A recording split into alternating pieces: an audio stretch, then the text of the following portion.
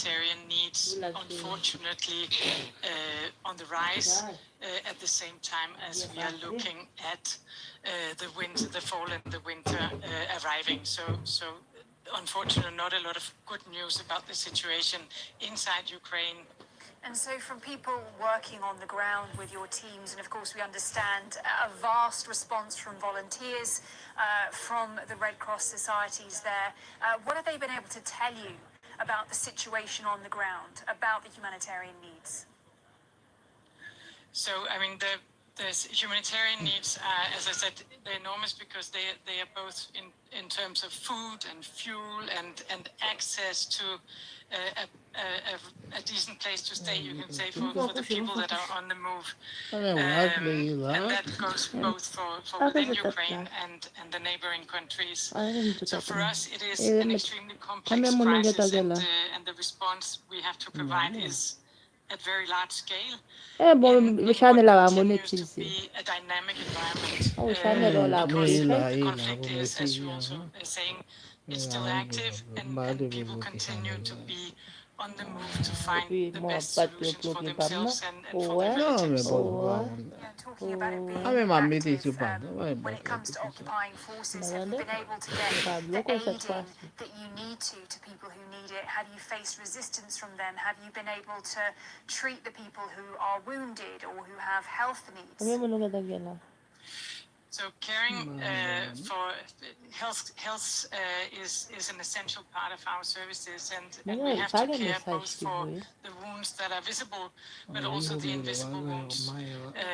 We are able to provide health support through support to clinics. A lot of extra support is where there are many people, and we're also having a lot of mobile health teams working, and we are attending to people also at humanitarian service points.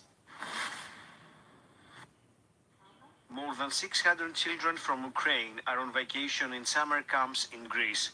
The children aged between 6 and 15 come from the city of Bucha. The initiative belongs to the Association of Owners of Private Camps and was embraced by the Ministry of Migration and Asylum. 21 escorts traveled with the children from Ukraine. We are very grateful to Greece and our sponsors. Our children have not been able to live a normal life since February. Everything was sad and hard, and here in Greece we got joy, the sun, the swimming pool, the air, the sea, and had a good time. We are happy and thank you very much.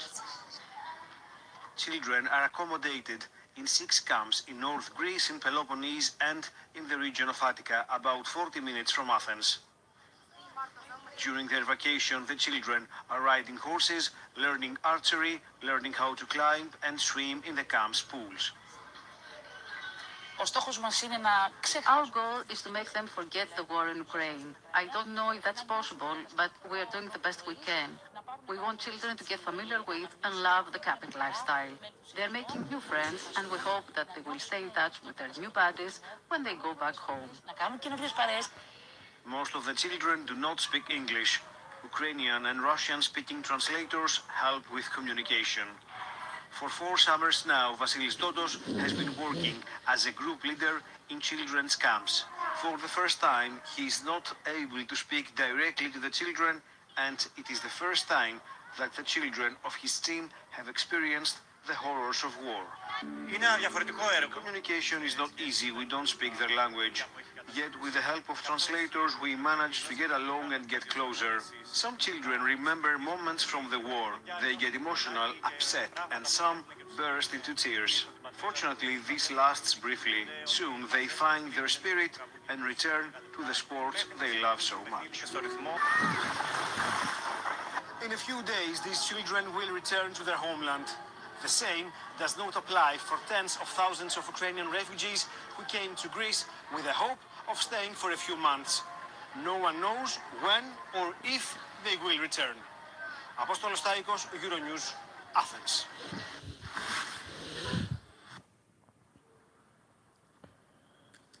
In an ambitious new plan, Germany and Canada have signed a new hydrogen pact, which could help Berlin end its dependence on fossil energy.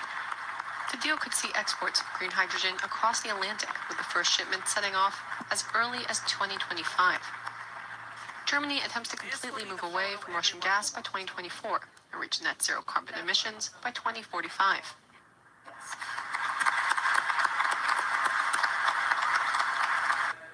That invasion of Ukraine has also accelerated the path towards the future we knew was coming. A future where we're not simply no longer reliant on Russian oil and gas, but where we reduce our reliance on oil and gas altogether. The two leaders are also keeping the door open for exporting liquefied natural gas. We believe that Atlantic Canada presents a huge opportunity for us, but also for Canada to contribute to a green energy transition. Canada is a close and like-minded partner in the energy transition. We have to talk about short-term constraints and LNG, but in the long run, the real potential lies in green hydrogen from the wind-rich, thinly populated Atlantic province. Production of green hydrogen is still in its infancy. So far, there are no production plants creating green hydrogen in Canada, requiring the country to invest billions into technology and infrastructure. Germany wants to support domestic companies that import green hydrogen. The goal is to establish a supply chain between the two countries in less than 10 years.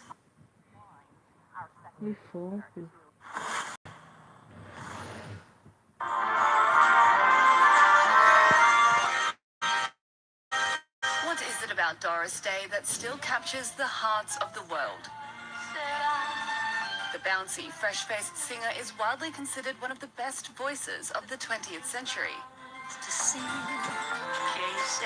Now, a new coffee table book has been published to commemorate Day's centennial. Perhaps she's best known for her #1 hits, such as Que Sera Sera in 1956, and her 3 comedy films. Doris Day was this naturally gifted and talented little girl from Cincinnati, Ohio, who grew up to be a dancer and then was derailed by a train wreck and became this marvelous singer. And she came to Hollywood and became a star virtually overnight after having an incredible career with the big bands for a few years. And she was a marvelous singer and an actress that just knew how to emote without any artificiality. She was just a lovely, real person, and she cared about people, and that came through with her performance. None other than Paul McCartney has written the book's introduction. The English star was apparently infatuated as a young boy, and the two later became friends. The book also features rare and previously unpublished photographs from the late star's personal collection. Are you having a good time? A longtime animal lover and advocate, Day's legacy also includes the Doris Day Animal Foundation, a grant-giving charity that funds other not-for-profits, providing care and protection for animals. I'll bet you stirred the other pups up. That's it. You're up to date. For more, head to our website. There you'll find a country-by-country guide as to how the war in Ukraine has changed Europe 6 months on. I'll be back with more news throughout the day. Join me then.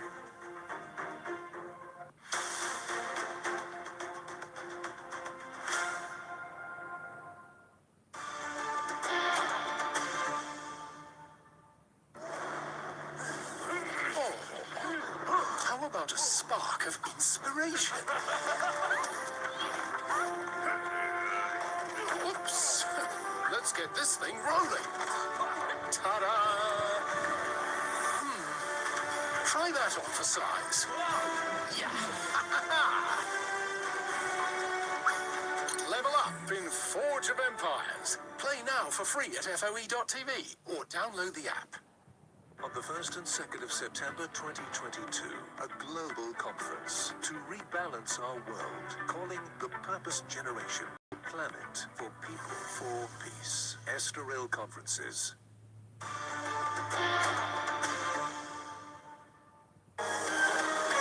Get the latest world news from a European perspective.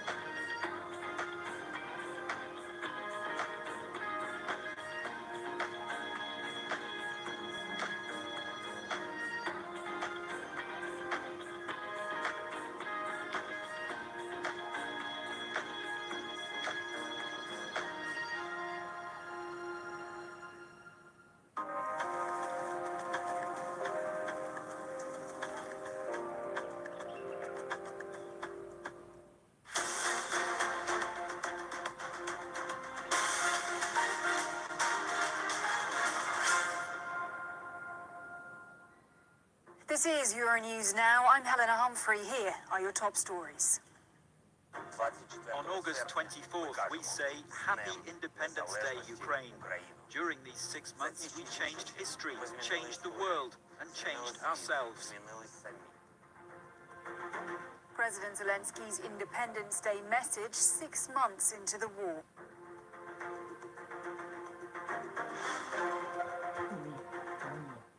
And almost 30,000 suspected war crimes are registered with Ukrainian authorities since the start of the invasion.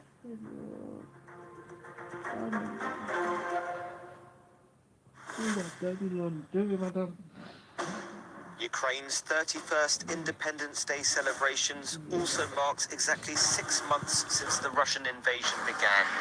Large in its place, somber reflection.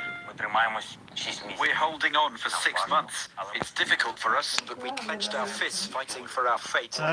Every new day is a new reason not to give up. Because, having gone through so much, we have no right not to reach the end. What is the end of the war for us? We used to say peace. Now we say victory. We will not seek an understanding with the terrorists. Despite waking up to the sound of air raid sirens today, Kyiv's residents remain steadfast. To be independent is to think, to speak, do what you want, even in times of war. That's what Ukraine does. My friends from the gym are all fighting on the front line, so it's inappropriate for me to get tired. They have a right to be tired, and we must help, donate and pay taxes and keep fighting. Because if we stop, they will settle here. Russia now occupies over 20% of Ukraine, including Crimea. But even after 6 months of war, Ukrainians refuse to give in. Since Russia invaded Ukraine 6 months ago, over 29,000 war crimes have been registered by Ukrainian law enforcers. The International Criminal Court is investigating the alleged crimes with the help of several NGOs. But for now, it's up to people like Father Andrei to bury the bodies of those found in mass graves.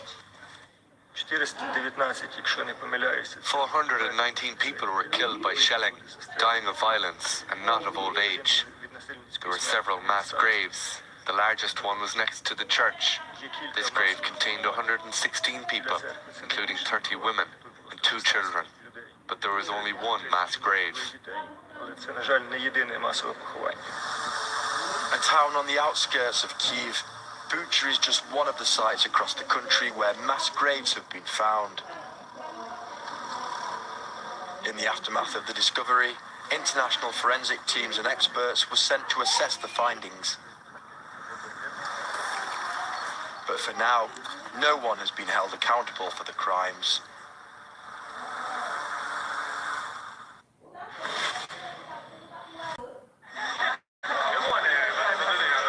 European leaders have pledged unwavering support for Ukraine as the war-torn country marks its Independence Day and the 6-month milestone of Russia's invasion.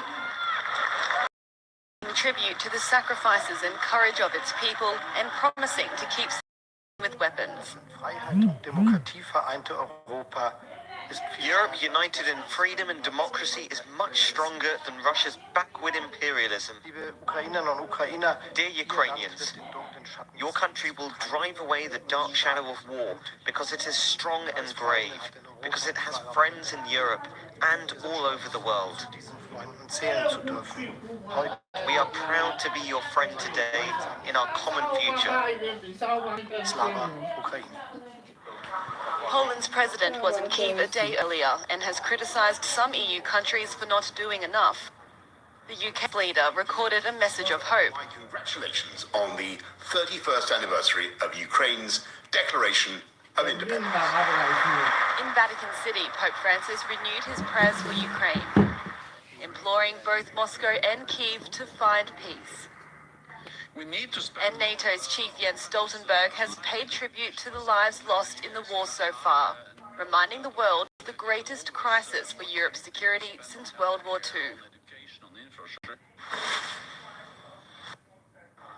6 months after Moscow's invasion, The panic that swept some corners of Russian society has largely abated. The ruble is now stronger than it was before the war. Unemployment is surprisingly down. Total economic collapse has not come to pass. Overall, we can see that by late spring, the situation normalized, so to say.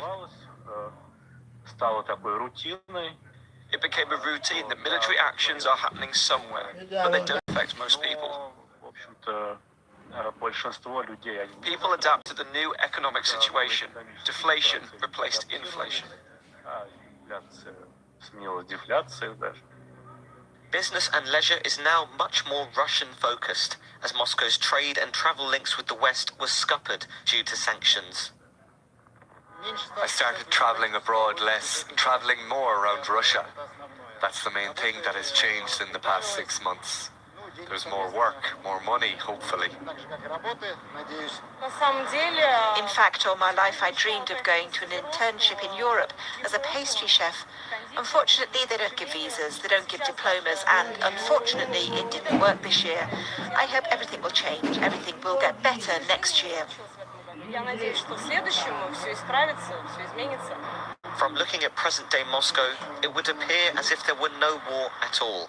Business hums. The roads are still clogged with cars. However, Russia will suffer a big recession this year. And the longer-term effects of international sanctions, with foreign firms departing for good and having a much more inwards-looking economy, may be significant.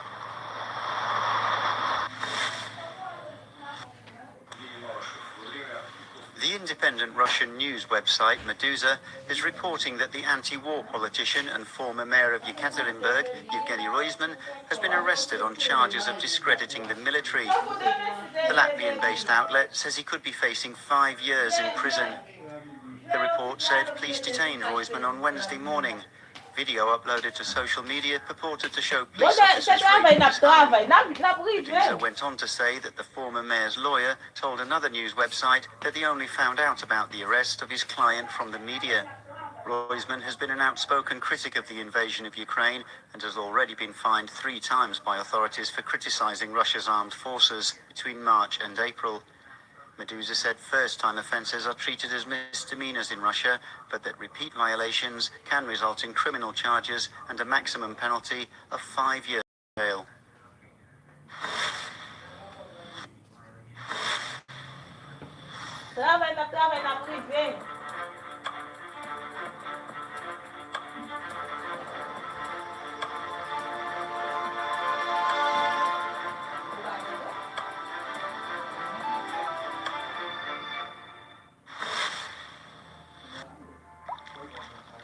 It's an ecological disaster that has shocked the people living in the countries that border the Oder River.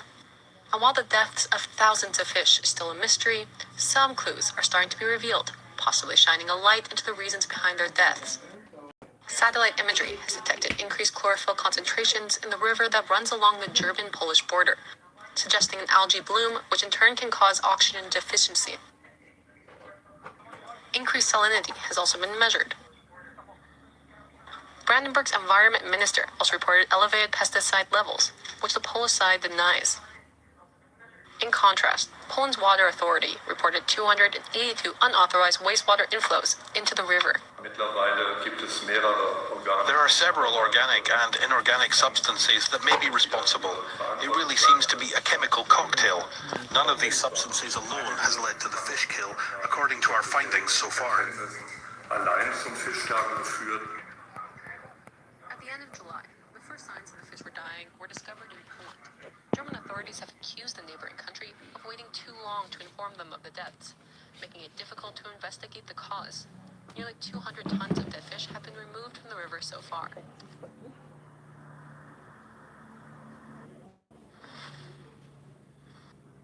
And there's plenty more coming up on the other side of a short break. Stay with us if you can.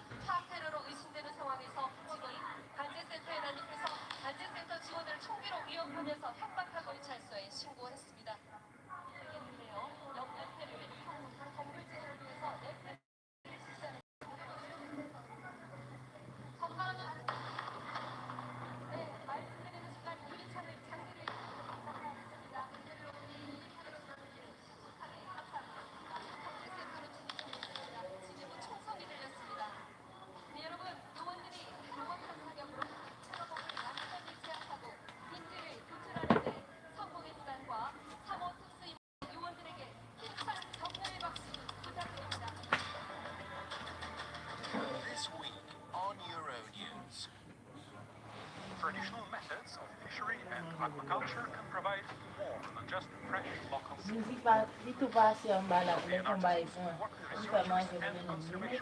To preserve professional heritage while contributing to public health and taking care of fragile ecosystems.